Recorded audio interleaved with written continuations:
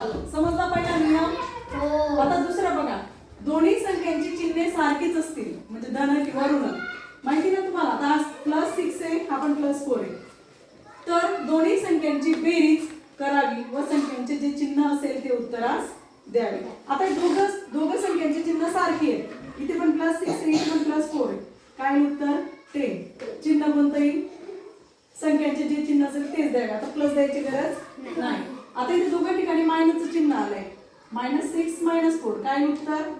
10. Minus minus plus, म्हणजे जेव्हा दोघं चिन्ह असतात तेव्हा काय करावं लागतं? वजाबाकी बेरीज करावी लागते. सॉरी, काय करावी लागते? बेरीज. आता बघा, मायनस मायनस प्लस होतं, उत्तर काय आलं? 10. पण चिन्ह कोणतं येईल? मायनस. आता इथे बघा, -2 -7 -2 काय येईल? Minus minus minus minus plus काय उत्तर? Minus minus plus. चिन्ह मात्र नाही, मायनसचं द्यावं लागेल. समजलं? नियम समजला? दोन्ही संख्यांची चिन्ह जर सारखी असतील तर बेरीज करायची. दोघी चिन्ह जर सारखे असतील तर काय करायचं? बेरीज. आणि चिन्ह कोणतं द्यायचं? जे चिन्ह असेल ते उत्तरास द्यायचं. म्हणजे मायनसचं असेल तर मायनसचं द्यायचं. आता तिसरा नियम बघा, दोन्ही संख्यांची चिन्ह वेगवेगळे असतील म्हणजे एक धन असेल आणि एक ऋण असेल तर चिन्हाचा विचार न करता प्रथम मोठ्या संख्येतून लहान संख्या वजा करावी व मोठ्या संख्येचे चिन्ह उत्तरास द्यावे. आता इथे बघा, इथे प्लस आहे, इथे मायनस आहे. मग प्लस मायनस काय होईल? काय करायला लावलंय त्यांनी?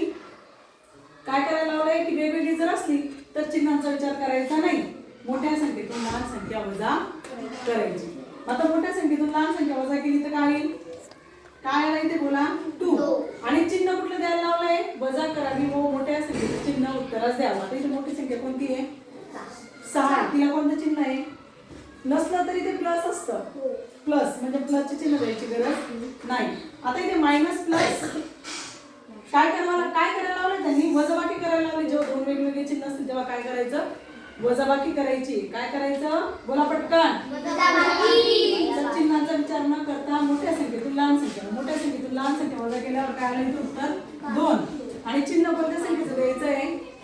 मोठ्या संख्येचं द्यायचंय. समजलं? समजलं हे नियम खूप महत्वाचे आहेत, लक्षात ठेवा, सराव करा.